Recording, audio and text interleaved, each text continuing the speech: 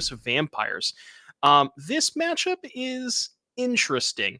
So the Vampires deck is all about, the namesake card, the Vein Ripper. That's the vampire that Mhm. we're trying to cheat into play off of Sorin Imperious Bloodlord. Very powerful play because, normally you have to spend 6 mana on Vein Ripper, but only have to spend 3 mana on it this time. And, the Izzet Phoenix deck we've seen a couple of times. So this should be a very, very interesting matchup. Yeah, it's also we talked about we called it a classic matchup, which it is, right? Of Pioneer. But that said, Rakdos Vampires was a deck that didn't exist 4 months ago.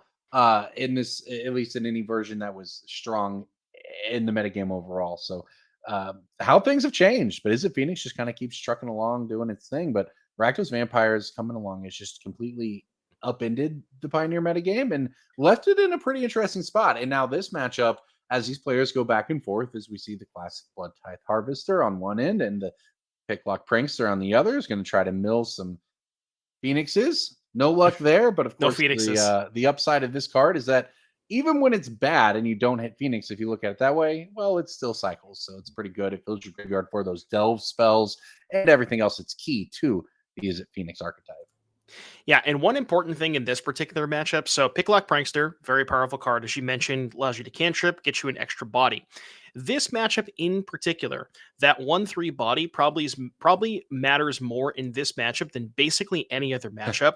And the Yeah. reason for that is because Vein Ripper, in order to target it, has a ward cost where you have to pay an additional sacrifice a creature, and just having a free 1/3 body to be able to hold off to be able to sacrifice to the Vein Ripper's trigger when you go for something like a Lightning Axe is very, very important. Yeah, well, it looks like we are coming back to the booth here for a minute as the tournament sorts out what it's got going on. Fair enough. But hey, well, let's talk about we've seen basically across every format today. 'Cause we got standard, pioneer, modern. We've seen new cards hitting the field. We've seen OTJ making a big impact as the Thunder Junction cards. Flick Shock Show Off has been huge. There's been a lot kind of on display here as we've worked our way through 7 rounds of all of these formats. What's been some of your favorite thus far? I guess in terms of some of the matchups and decks that we've seen. As far as the new cards are concerned, I am, very, very big on the red aggressive decks, the ones that, Mhm. Slick Shot Show Off being a wizard to enable Wizard's Lightning. So I'm really big on Slick Shot Show Off. I think that card is absolutely phenomenal. There are some decks, as we saw Dawn Delusion, that Yeah. take advantage of the plot a little bit better than others because they play those protection spells. But even if you're not taking advantage of the plot, it's still just on rate a very, very powerful card. 1/2 flying haste, and you cast a couple of spells, and all of a sudden you can attack with a 7 power flyer. And this is, I think, probably the single most impactful card from OTJ for Pioneer. Yeah, no one has invoked it yet, but I have thoughts of infect every time this Mm, card gets on yep. screen, right? And we interviewed someone earlier talking about it, about how well you just kind of get into this waiting game where you just kind of poke them down, and then eventually there's a fight, and you're probably going to win it. And I was like, yeah, that feels a lot like when you try to lightning bolt your opponent's infect creature, but you're scared to do it. So instead, you just take 1 poison, and now you're at 5 poison because you've done it for 5 turns. That's exactly how that card has felt. And that's putting it in the plot so that when you cast it, you have mana open to protect it. And when they do fight over it and you do win the protection, your Slick Shot Show Off gets pumped and does more damage. And if it's something like a Monstrous Rage involved, things get really ridiculous. So yeah, you're right. That card alone has single-handedly um, made just a huge impact on multiple formats, as well as someone said told us earlier, it changed how they built their deck and what they considered the sideboard for. Right. Yeah, that is definitely probably the most impactful one. The other card that we had technically on camera, although we didn't get to see a cast, was the one that you had brought up in the Niv Mhm. deck, which was Pillage the Bog, and another block card. It's kind of funny how that works out. But yeah, this card is phenomenal in the Niv deck. It's very, very good early on. And I'm being told, as a matter, I don't want to interrupt you, but I'm being told by our producer, I believe there will be a repair, so we may have to get this situated. Not exactly sure what happened there, but tournament magic happens all the time. I'm sure you've been a part of that before, Corbin. Oh, I've seen some fun ones back in the day when we were doing Grand Prix, and it was fun. We had record-breaking numbers: 2,000 people at an event, 3,000 people at an event, 3,500 people at an event. How awesome must that be? Well, sometimes the tournaments just broke. Happens all the Sometimes they time. didn't happen. Yeah. Sometimes the venue would kick you out. It was a lot. Look, I obviously I loved that and love those big tournaments. But as you said, tournament logistics happen. I once played a top eight. The lights went out in the venue. I'm in the middle of my top eight match. Judges pulled out their cell phones and just held them up over the table, and that was how we played. Yeah, actually, funny enough, my very first PTQ top eight, or not the first PTQ that I won, we were in like the event hall. It was like 8 p.m. They only had the event hall till 8. So we were Yeah, in the middle of the draft, the lights cut out. We had to go to the local game store that yeah. was holding the event and then finish the draft there. And it was a wild time. So I've experienced some things over the course of my years playing Magic, and repairs they're more common than you would think. Well, it's nice too because we have, a big tournament set up for Magic, and there's a circuit, and everything's huge, and it's great. And then you go to something like MagicCon Chicago, and you find people just playing on the floor because they ran out of table space. For all the best planning in the world, sometimes things go awry, and all you're left with is the gathering, right? But in this case, we will have a repair for you, and we will have a win and in coming to you from the final round here of the 10K Showdown NRG Championship Series in Indianapolis. I think we are ready now to take you down to the table. I'm Corbin Hostler, joined by Devin O'Donnell. Thank you for hanging out with us. And here we go. It is time for a winning in. Let's jump over to the modern tables where Michael Aquino on Jun Creativity is taking on Christian Valenti with four color Omnath, I believe. Yeah, okay. So previously we had a pair down. We had an X1 getting paired into an X11. Now, I did mention earlier the breakers, they're a little strange. So if going back and I want to pull up to get the exact number here, I want to look at standings going into round six. We had two teams that were 5-0-1, and Mhm. then one, two, three, four, five, six, seven teams that were X and one, which I don't know if you know this, Corbin, but 7 plus 2 does not equal 8. That's an Not quite. uneven number, which means that there are actually quite a few players and teams that had to play out this last round instead of intentionally drawing. And then on top of all of that, we had another three X11s. So a lot of weird stuff going on. And this is the match that we have brought to you. So we're going to be starting on, like you said, Michael Aquino on Jun Creativity and Christian Valencia on four color Omdath. I'm going to go ahead and get these deck lists pulled up for you on the screen, or I'm going to pull up the deck list so I can kind of read them out to you. But as far as this matchup is concerned, Jun Creativity and four color Omnath, um, I would have to imagine, I think I like the creativity side of things, but it's probably going to be a close one. Yeah, the Omnath deck we watched play out earlier seemed to even have control of the board in terms of not losing, even if it wasn't necessarily pulling far ahead itself. And that's something that we see when the Junk Creativity deck is so in on casting Domino Creativity, getting rid of some small creature on your board to go get a Archon of Cruelty, and that is of course the meaningful play that Christian Valenti is going to have to be prepared for, whether that's with a Solitude to lessen the impact or anything else to try to keep it from happening. But that is what players are going to be up to now. This is, as you said, a huge moment because the final round, there's not shaking hands and sitting into the top eight. Maybe a couple of people did that, but for the most part that is not what's happening here. We have a lot of players, a lot of teams battling to get into this. So if you were at this event, you see people crowded around their teammates, huddled over their shoulders. Hey, the getting in, everyone trying to make a team decision on these plays, because that's what makes these team events so cool is that you can play with your teammates. If your teammate finishes their match, pull up your chair next to them and get in and make those decisions as a group. It does make the turns maybe go a little long sometimes if you're doing coverage, but man, is it fun when you're playing. Yeah, and you saw Christian. I saw Christian kind of move the hand over a little bit to his right and a little bit to his left. I think he was, just doing a check for do you guys like this hand? Should we Yeah. mulligan it? And it's team events are amazing. You don't get to do that stuff really anywhere else. And I really, I've played a few team events in my day, and they're some of the most fun, if not the most fun, that you can possibly have playing Magic. And just it's just so many things that you can discuss, and about plays and mulligan decisions and all these close lines, and just a lot of fun. And it's just it really makes you realize that it's all about the gathering. That's right. Well, and also, very important here, it gives you a lunch buddy, right? You have somebody guaranteed Yep, to be finished with their match at the same time as you. that's pretty important too. So it looks like Michael on the play here. We started off with a couple of lands, and there is a Renin 6. Now, this Jun creativity deck, it is labeled as creativity, but there is more than just indomitable creativity that we have to cheat a large creature into play. This deck is Mhm. also utilizing discard outlets like Bitter Reunion Right. and stuff like the Surveillance, Fable the Mirror Breaker as well. And it's putting Archon into the graveyard and then utilizing Persist to return that Archon to the battlefield. So a lot of different ways that we can go about this.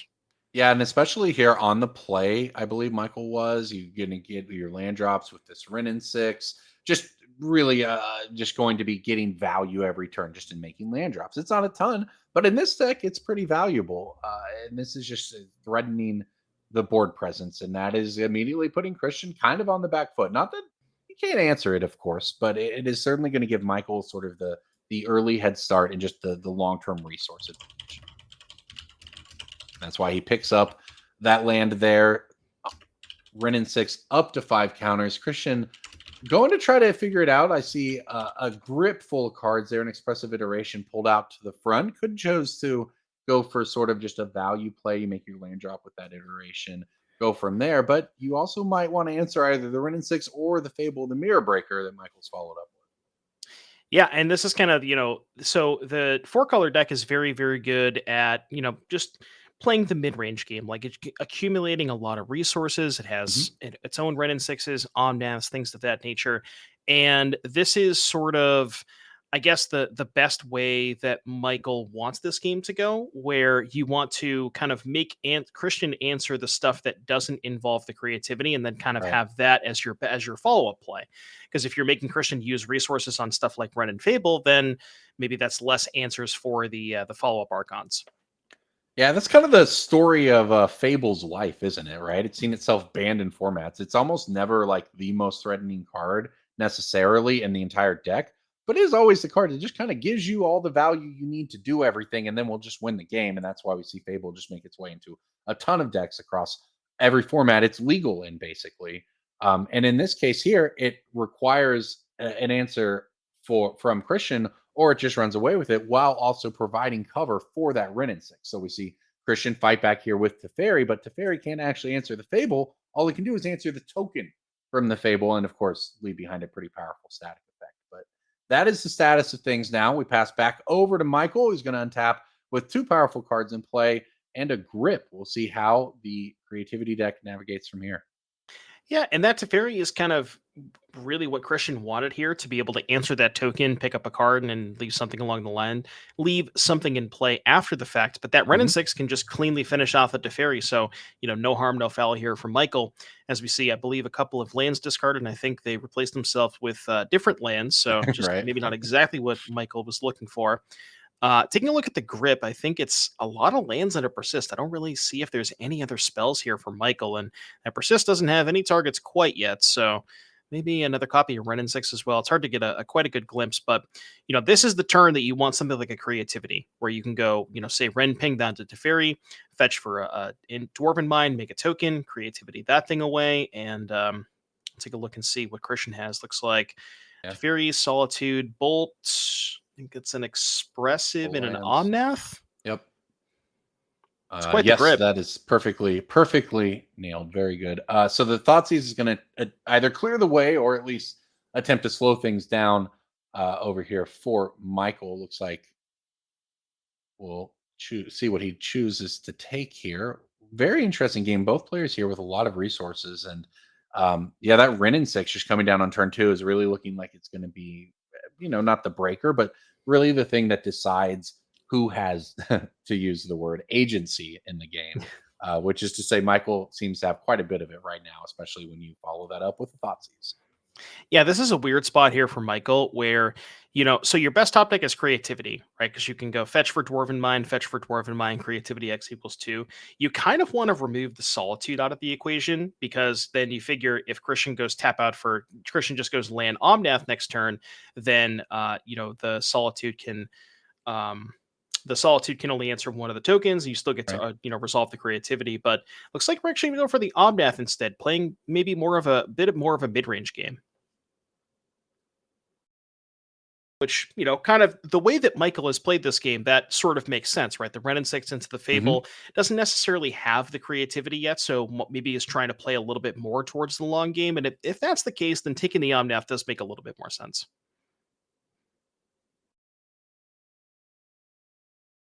So it looks like Teferi may have Hmm.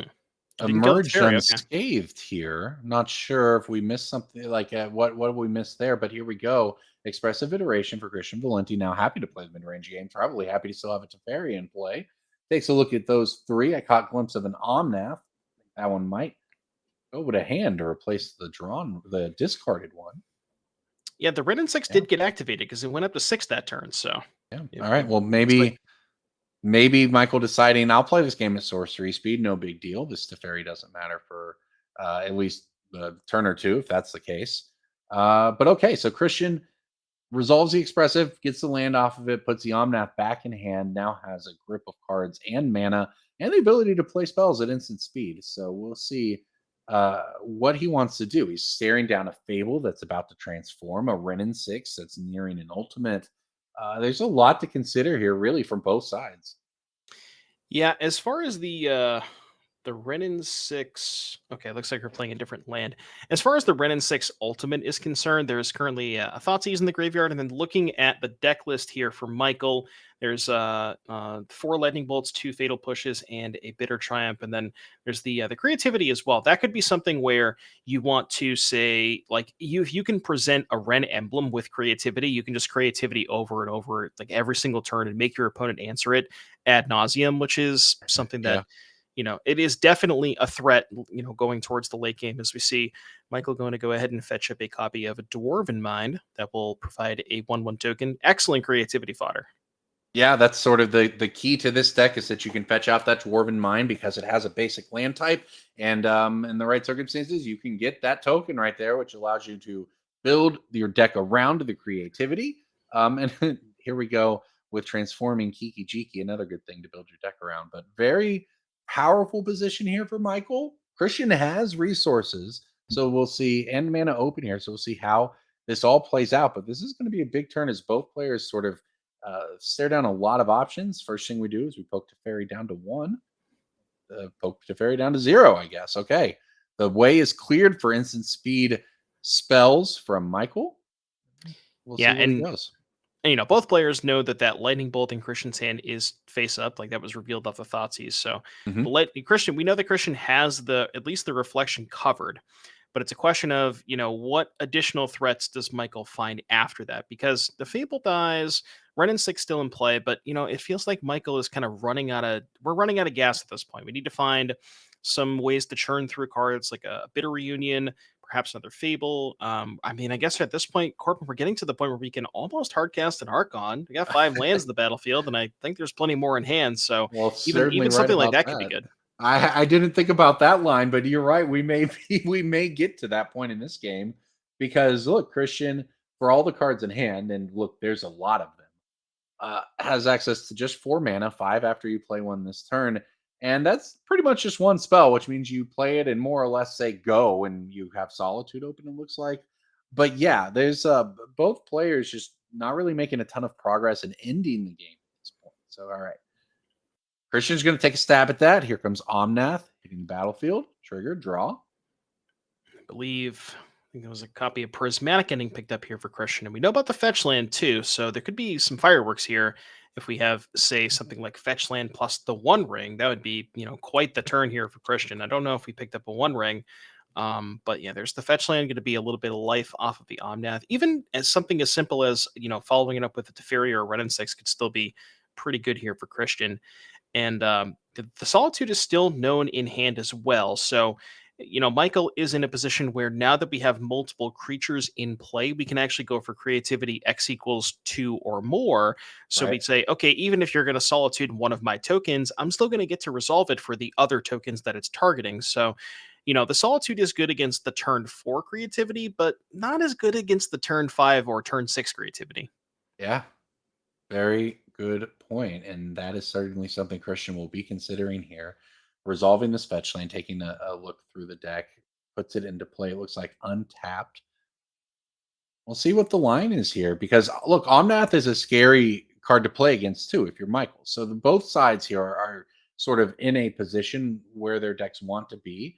It's just a question of who's going to be able to go over the top first, and that is what both players are considering right now, trying to figure out one, can it be me, and two, if it's not me, how can I mitigate what's about to happen? And that is exactly the thought process you see Christian going through here as he takes a look at all of these cards and tries to figure out the way forward. It's like he settles onto Fairy. Yeah, and Christian got the 4 mana from the Omnath, so still even has 1 mana floating after this. My guess is that there's a red floating, and he's going to go bounce the Dwarf token, use the red floating to bolt the Reflection, and then still have up the Sacred Yep. Foundry. Or we can Oh, use the other mana floating plus the Foundry to Prismatic Ending the Wrenn and 6. That could maybe be a bit better, and then hold up the Solitude or something along those lines. Maybe he prefers. It's possible that Christian um, v- values getting the Wrenn off the battlefield more than the Reflection. I guess you could do both, where you could go Prismatic Ending the Wrenn and 6 and then Solitude pitch to kill the Reflection. But without any you could, creatures in play, the yeah. Reflection's not doing a ton, you know? Right. And the thing is getting if you do get rid of the Ren and 6 too, you could in theory save your Teferi. It looks like the line we end up on is Lightning Bolt, Reflection of Kiki Jiki. Don't take any chances there. Put that thing into the graveyard. And looks like probably a pass the turn. So Michael fetching out here is going to untap with a oh, not really tap. We'll see if anything on the end here, but going to untap with sort of a big ask in front of him, which is work through Teferi and don't let Christian untap with Omni. Yeah, Michael really wants to find something like really wants to find. I was going to say creativity, but now so we've actually decided to fetch out the Surveil land Archon on instead of top. another Dwarven mine. Yeah, Archon on top would be Archon on pretty good. top. Surveil that's the graveyard, then Slam Persist. Yeah. I was going to say so. Actually, there's a Transmogrify in hand, which unlike creativity, that can only target one creature. Uh-huh. So that one against the known Solitude, not that good. Looks like Lightning Bolt was the card that Michael kept on top with that Surveil, and then went ahead and drew it. It looks like the first thing that's going to happen is we're going to ping Omnath and then Lightning Bolt Omnath, I believe is what transpired there. Yep. So Omnath down to Fairy still in play, but hey, Michael's shown that he can handle that before. And you know what? He's not done casting spells. It's the second Ren and 6. Yeah, this is kind of awkward here for Michael. Michael does not know about this. See, this looks good for Michael, right? You Right. get to go kill the Omnath, kill the Teferi, but we know, and Michael does not know about that prismatic ending. Hmm. So, no matter what, Christian was almost going to be forced to prismatic ending the Ren and 6 next turn. And now that you've deployed the second one, even though it looks like a good spot, Michael's going to be, it's going to be a lot more backbreaking when this prismatic ending on this Ren and 6 happens. And you Or know if it what? It even looks does like, happen. yeah, that's a one ring that was drawn at the end of the last turn by Christian and now hits the battlefield. We talk about who's going over the top. This is a pretty good way to do it after the board cleared. Yep, there's the Ren. Okay, there's a plains in hand for Christian. So if he wants this Ren and 6 dead, it is dead. And it looks like we're actually going to choose to. Okay, we're going to bolt it Bolt instead. it. Guess that makes sense. Michael's Prismatic just ending. been systematically run out of resources at this point, right? Oh, yeah. Yeah, remember when, we saw Michael had turn 2 Ren and 6, turn 3 Fable, and we thought, okay, well, Michael's going to try and play this mid range game. Turns out Christian's deck is a lot better at doing that than Michael's is. And kind of seeing that fully on display here at the One Ring and Omnath, and it's just Christian's deck has a lot more ways to be up cards. Michael has, the Bitter Reunions and the Fables and ways to churn through cards, but not a ton of actual card advantage mechanisms, as not nearly as many as Christian has. Yeah. All right. So it looks like another surveil. That one goes to the graveyard. It looks like creativity was the draw for Michael, or is at least in his hand. That is an important card, but we already know that he had some of that. So he's going to have to find a way to dig out of this one. No Archons have made an appearance either in the graveyard or as the ability to hit the battlefield. So this is looking like it's slipping away very quickly here for Michael as he's staring down a one ring. Christian is protected by the ring, but also protected by the solitude in hand. Really, really looking good for Christian. And you know what? His team needs it because William Oh, Kowalczyk on Quintorius combo took out Lucas Parson and Rakdos Vampires in game one, and Reed Anderson on Domain Ramp won the first game over Ryan Bellamy's teamer analyst. So Christian Valenti's team here with its back up against the ropes already. yeah, Christian might be the saving grace for the team in these first set of games. Kind of surprising to see Domain Ramp take game one over Teamer Analyst. That traditionally is one of the weaker matchups for Domain Ramp. So, shout out to Reed taking game number one there, and we're gonna go for Transmogrify. Now again we do everybody knows about the Solitude. Yeah. It's possible that Michael's in a spot where he's like, okay, well, I just maybe there is a chance that Christian doesn't have a white card left over. And I mean, he figures he's far enough behind him. Maybe you just have to go for it anyways. Yeah, things aren't really going to get any better from here, that's for sure. All right, Lucas Parsons managed to even it up over in Pioneer, though, so the stakes remain high here. Right, Christian's team picks up a victory in this team match. Remember, it is the best 2 out of 3 matches as far as the team goes, so you can lose and get carried by your teammates. And I have seen players go 1-16 and make the top 8 anyway because their teammates carried them, which is always one of the fun parts. That said, Christian is looking like he's going to pick one up here as a ring hits 2 counters, draws some more cards, and gets refilled. The Transmogrify did not work for Michael Aquino. Well, I was going to check the results, and remember how we said that the standings were a little bit awkward and tiebreakers were a little all over the place. Well, the first 3 tables decided they don't care about that, and they have all drawn. So that means that 6 guaranteed players. So there is a chance that this may not be a win and in depending on what happens with the other tables. But in any case, yeah, that's kind of surprising that the first 3 tables drew. But I guess they figured that their breakers were good enough. So just a bit of an update there as we see Christian slam the Kahira Cat Lord into play. And we've located a win condition. Now we can get this game over with. Finally, yes.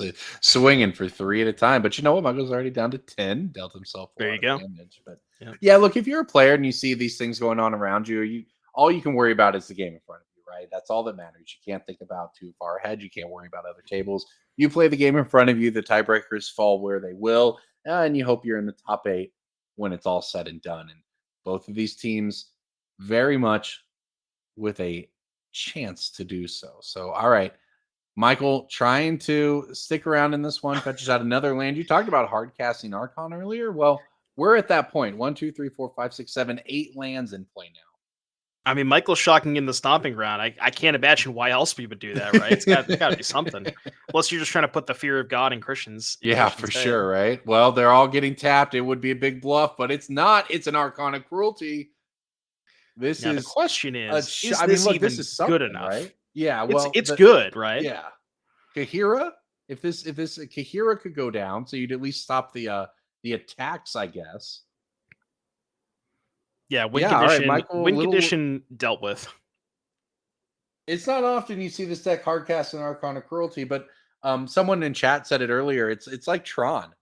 The you back in the day, you could deal with all of their Tron lands over and over and make sure they don't have Tron, and then sooner or later they just have 6 lands anyways and cast a Wormcoil, and then play a 7th land and cast the Karn, and that was how it goes. So in this case, we went interact for 8 turns, and then it was time to just cast Arcana Cruelty.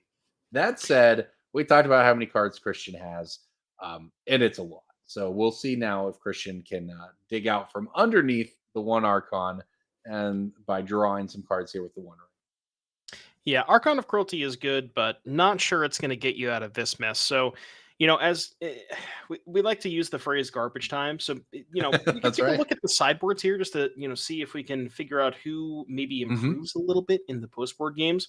So, as far as Christian is concerned, we got a couple of Veil of Summers, a couple of Force Negations to help fight over those Indomitable Creativities. Surgical Extraction, very, very good against the Persist Archon plan. That pretty much is mostly what Christian is looking at. And then for sorry, I had the wrong list up here. And then for Michael, there is a couple of Pick Your Poisons. Those could be good against Leyline Bindings. There's Terastodon in the sideboard. Now, I haven't played a lot of this creativity deck, so I'm not sure if this is a matchup where you want to switch threats from Archon to Terastodon. But if you are worried about the potential of like a surgical extraction on Archon, that could be something you want to go towards as well. And then, he has his own Veil of Summers to help fight over counter spells.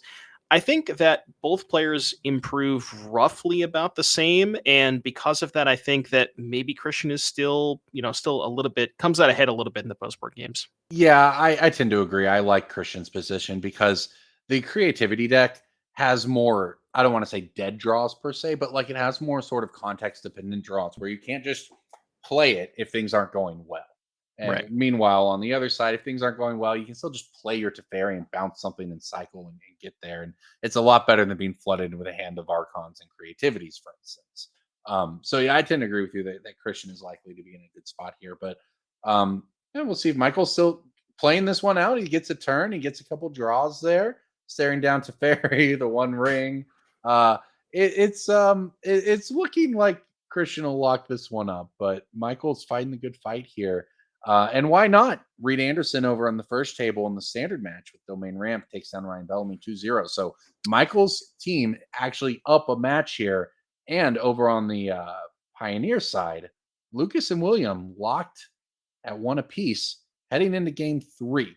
But here we go. So Now, lots down to this match, and here comes Archon. so here's the thing, Corbin. We were talking about, Michael was very far behind. One thing that we kind of that we hadn't brought up was that the fact that Bitter Reunion gives your Yeah. creatures haste. So that Archon that just came into the battlefield this turn, that one can get into the red zone if we decide to sacrifice the Bitter Reunion. Now, again, Christian still has a lot of cards in hand, but the damage from the Archon, that is, I think, Michael's best path to victory here. It's just, Archon, deal you 3, attack, deal you 3, hope that you can't find an answer or can't gain life and something along Mhm. those lines. But yeah, Yeah, looks like the that's the ring will plan at help least. him out for sure, but Teferi hits the graveyard.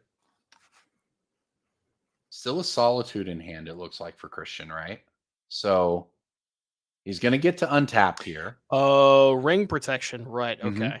So Got it. so he's That's gonna so untap no attack here. this turn. He's down a planeswalker, but he is alive. So now he's sort of in the same spot he was last time, where he's got to just answer everything that Michael put into play and then hope that you don't die. And we'll see if another ring can get involved. That was a really easy one. But a full grip of cards, at least one solitude here for Christian to try to dig out. So he's, in fact, feeling very comfortable with that and just going to pass the turn right back over to Michael. Yeah, and with the ring protection, I wonder if maybe Michael was supposed to wait a turn on going for this Archon. I mean, I'm not sure if there's a way out regardless, but Yeah. maybe because the Archon wasn't going to do anything that turn due to the ring protection, it might have been better to have it as a surprise factor this turn where you just go persist back the Archon. Now I can give it haste. I mean, Christian has the Solitude in any case, so I don't think it would have mattered too much, but yeah, we're going to see the Solitude take care of the other Archon. And yeah, there's Christian's got a lot of cards in hand. It's my expert level commentary. Christian has more cards in hand, therefore he is favored. Well, he Oh, set the free oh, ones. we Oh, got it's another Archon. another one. Okay. And is that another? So the bitter reunion in play. This one could get haste as well. What is the answer? Oh, it is an Hmm. actual counterspell, an honest counterspell from a very old printing of the card for Christian Valenti. Really clutch there because this card casts the Archon's plan almost took like it for Michael.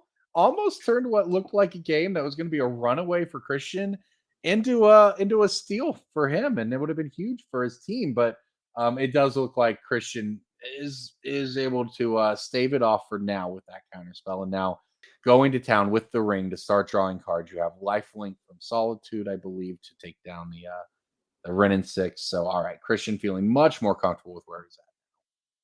Yeah, one thing you mentioned that we didn't you brought it up very briefly. Reed Anderson taking the entire match 2-0 over Ryan hmm Bellamy on Teamer Analyst. That is traditionally an extremely bad matchup for the domain ramp deck side of things. Yeah. So very, a very, very surprised to see Reed take that one down 2-0. Yeah, and as we see, we Will Kowalczyk and Lucas Parson in our Pioneer seat is in game 3 currently. So there's a lot riding on this match in this game, and Christian really needs to get a game win for his team here because if Will Kowalczyk wins that match, we're done here, folks. Yeah, this is either going to be excellent choice on our part to show this one, or less than fortunate. But I'm gonna hope that we called it perfectly here because this has been a really fun one to watch. And I think that another game or two out of this matchup would be pretty enjoyable. So here we go. It is indomitable creativity to the hand for Michael Aquino. He's got a bitter reunion in play. He's staring down everything, basically a solitude, a one ring, a bunch of mana, but still in the game. I'm going to pitch a land to Bitter Reunion, try to draw two. Creativity, Creativity and land. land. I wonder, are we out of Dwarven Mines yet? So we have 4 total copies. I see at least 2 in play under the separate there's 2 that are separated by themselves. I don't know if there's any in the other stack of kind of sort of the taller stack of lands, Mhm. but at least 2 in play currently. But you have to imagine the creativity is not really ever resolving. I think I saw at least 1, if not multiple counter spells for Christian. Yeah, having just the actual counter spell in game one there was really clutch because this is the point of the game where something like Spell Pierce we've seen out of other decks wouldn't really have done it. A lot of cards wouldn't necessarily work at this point, but just actual counter spell was huge there. And this is really setting up for Christian. He's done a really good job. We talked the whole game about how just kind of making these value plays, moving along a little at a time, and is at all points this game managed to keep the shields up and not get taken by surprise. And now feeling confident enough to just go ahead and flash out a solitude to get some extra attacks in. Yeah, I think realistically, the only way that Christian can lose this game at this point is tapping the ring too many times. So you'll see Yeah. that Christian just played the new ring and he's like, yeah, I don't even want to tap this thing anymore. I don't need to have enough stuff in hand to be able to close out the game. And with Michael at 9, I think I saw a third Solitude in hand. This game should be just about, well, I mean, it's definitely over, but actually over should be over next turn. Well, then we might be able to jump into the Pioneer game. If not, we'll come back for game two of this one. We'll see here. But yeah, what a match here in round 7, last round of the Swiss of the 10K Showdown in Indianapolis. These teams playing for a shot at the top 8. And these two players putting on a show with his Junk Creativity 4-color Omnath here. Christian Valenti trying to put the finishing touches on it. Omnath cards are out. I think that'll do it. There's a handshake on that game, at least. Well, if they're Michael? shaking on the game, maybe that's some foreshadowing for what happened Yeah. on our Pioneer match. Okay. So looks like we can check out deck lists or we can hop over to Pioneer if we get an opportunity, but we'll keep you updated on how this match is going. But wow. All right. Christian Valenti taking it down, keeping his team alive here. But, I saw Saw some another handshake. handshakes. We will I see. think the match might be over. We'll see. Yeah, take a look at this Junk Creativity deck list because it's pretty cool. You called out how it's not just the creativities, but also has access to the persist, which gives the deck an entirely different line and different angle using the graveyard as well, which kind of makes people have to choose and overload on their sideboard cards, which can be difficult. So really nice, a nice deck here. But on the other hand, 4-color creativity was able to 4-color Omnath was able to win that game.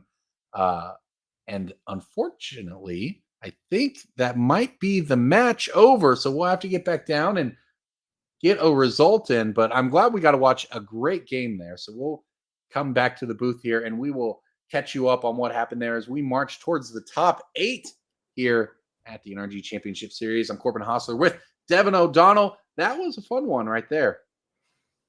Yeah, that was a lot of fun. So I think we're going to get an interview in the booth here just for you guys in just a moment here.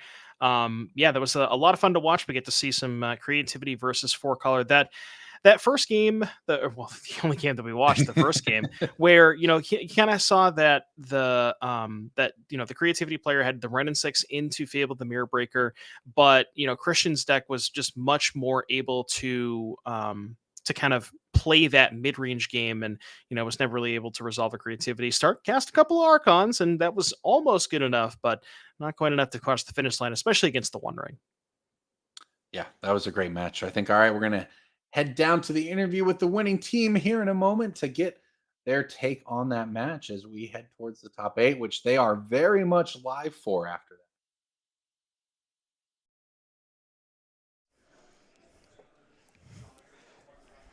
Hello. Hey, Hello. everybody. How's it Hi, going? how's it going? Hey, Hi, guys. good. Congrats on that one. What an exciting one. Tell us about those last Is you're playing those last couple games, everyone's watching. There's a lot of pressure on. What was that like? It was sweet. At least for my match, I'm playing Quintorius, and I got to just hard cast a Virtue Persistence and start upkeeping Carnosaurs. Oh wow. No, yeah. He's cracked. Well, is that must have been the ending game too, right? Oh, yeah, there, that like was game the- 3 with Quintorius. Yep. We were kind of discussing just like ways he could die. Like that's how good in the head of the game. It came down to like we talked like a minute about like a Quintorius uptick and like a fatal push, him dying, and that was like correct. But Yeah, if they had Fatal Push, I'm dead. So yeah. Even like a pile of Carnosaurs.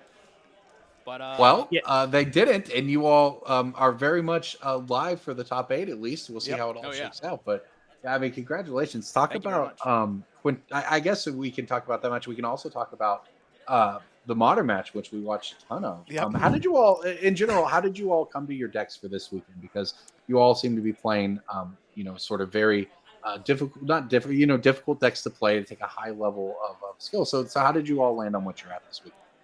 personal preference, like we didn't like discuss. We discussed decks, obviously. We discussed like decks we think are good, and it was at least my choice of domain was based off of the large percentage meta of Esper mid range at like the most recent Pro Tour. I like playing the deck. I saw Mangu's list. I was like, that's cool. This is probably good. I settled on Quintorius because I like its Phoenix matchup. Ironically, I lost every Phoenix matchup today. But other than that, I got to play against a bunch of mid-range decks and just win the game on one card. Yeah. I played Teamer Analyst twice. I know people say it's a bad matchup, and standard matchups are pretty close in percentage-wise, but like I don't think it's that bad, especially in the cornucopia versions. Like there's been times where my opponent, at least online, has been like, here's the big enchantment that triples on my mana, and I'm at like 100. Like I don't think they can kill there, like ever. How'd you get on creativity? Oh, so yeah, historically I actually played 5-color creativity, and I want to try Jund creativity out because I like the fact that not only does it have a combo with obviously creativity, but the fact that you can thought seize yourself and then persist turn 2. So they have to consider turn 2 and a turn 4 combo. At the same time, thought seize being so versatile, you can also target your opponent. I like how resilient the deck is. As you can tell, my game, it was only game 1, and I was just going tit for tat. It got to the point where I was just hard casting Archons, right? Yeah, it gets to the point where you have So it's like turn 2, turn 4, turn 8. Pick your, take your pick. I'm still gonna be here, and I'm not going anywhere. You know what I mean? So you can control me as much as you want, but I'm gonna be here. So I was just holding down to 4 while my 2 other teammates here were popping off. You know what I mean? So yeah, it was great. Yeah, he's been thought seizing himself all day. I love that. That's my favorite interaction. I think my favorite was when I For sure. I surveilled one, and then the next turn I Entomb Persist. Yeah, I Entomb Persist, and Oh, my Satoru player was just like, "Oh my gosh, I can't do anything about that." The Okay. Surveillance are in 2. Yeah. You cannot change my mind. Yeah. Like broken, beyond broken. So yeah. No, that was awesome to see. Now, as far as the standings, the tiebreakers and matches were a little weird here. I think I'm actually seeing that the first 3 tables drew. So I think there's a chance that maybe you guys are still in it, depending on how the breakers cut out. But as far as the match goes, that was it was really fun to watch. As far as the standard match, I know you had mentioned that you said that the domain you're not as scared to play against Teamer as I think a lot of other domain players are, and you took that match 2-0, which Corbin and I were pretty impressed by. My opponent's deck was non-functional, practically. Okay, well that there's changes points of the things. game where, like, game 2, I was very worried. This is the second time I've stone-brained, and I've gotten nothing off of it. First time I named Bonnie Paul, I was like, oh, there's nothing there. Or first name I named Titan of Ministry because I think they play more of that than Bonnie Paul generally. And there were 0 of those. And then I went to this match, and then I named Bonnie Paul, and there was 0 of those, and there was Titan of Ministry in hand. But my opponent was stuck on 6 lands, and I was just kind of like holding up like enough interaction to kind of deal with this massive threat coming in. But it was just like, rip, that's not a land. Rip, that's not a land. Rip, that's not a land. And then later, when the game ended, they had a memory deluge and only 1 island. And in game 1, they didn't like have red mana ever. Like I won by resolving a what's the thing that discards and like makes a billion dudes? Makes a billion dudes. 5 3/3s, 7 mana. Herd chain- Migration. Herd Migration. Oh, yeah, I was Herd like, Migration. play Herd Migration. I was like, oh, okay. The only thing I lose to is ill-timed. Explosion. Yeah. I didn't notice until the game ended. They didn't have red mana. Like, Yeah. Well, tell us before we go on. How did this team come together? What was the backstory for this formation? I've known these guys since like middle school, basically. Dude, We've known each other for we're, like we're, 9+ we're local years. players Yeah, at a yeah, local same game store, shop. and we just play at the same game shop. And actually, we have a bunch of other friends who are also from the same Yeah. game shop too. So we're pretty much a whole group. We're just like we play with together. So yeah. We'll love it. And we love to see you all out here, and we love to see you doing well. So congratulations on that win. Great run today, y'all. Thank you. Thank you. Yeah. All right. Well, welcome back into the booth, everybody. Corbin Hostler, Devin O'Donnell here. That is it for round 7 of the event. That means we're heading towards the top 8 announcement. Very, very close to crowning a top 8. And we mentioned that round has a potential to be a win and in, depending on how the breakers shake up. There's a lot of weird stuff with there's a ton of matches that were X11s that were playing it out, and a couple tables that drew. So a bit of weird stuff, and we'll have to figure all of that stuff out. But before we get you guys on a break, we are going to discuss and show you what is the next events we have coming up here on the NRG Tour. So the next event, we are going to be stopping in St. Louis. That's going to be on June 22nd and June 23rd. Saturday is going to be a 10K Modern Showdown. Sunday is going to be a 5K Pioneer Trial. But that's not all. We have events for the entire Season 2, July 13th and 14th in Chicagoland. It's going to be 10K Showdown Modern, 5K Legacy Trial. August 24th and the 25th is going to be in Madison. It's going to be a 10K Modern Showdown and a 10K Team Trios Showdown. September 14th and the 15th in Louisville. That's going to be 10K Modern Showdown and a 5K Standard Trial. And then last but certainly not least, November 2nd and the 3rd, 2024, Indianapolis, 10K Modern and 5K Pioneer. Should be a lot of fun as we kind of sort of close out the season, Corbin. Yeah, and these formats right now are all really fun. I mean, we've talked a lot about Standard, and we've seen a lot of it.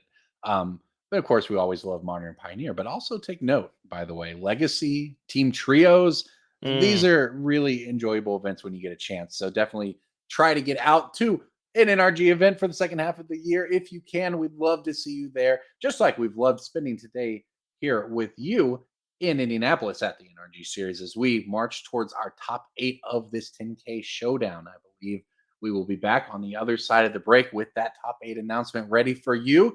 And then we will hop in until we have a winner, one team at the end. So thank you all for joining us. We will see you on the other side to start the top 8.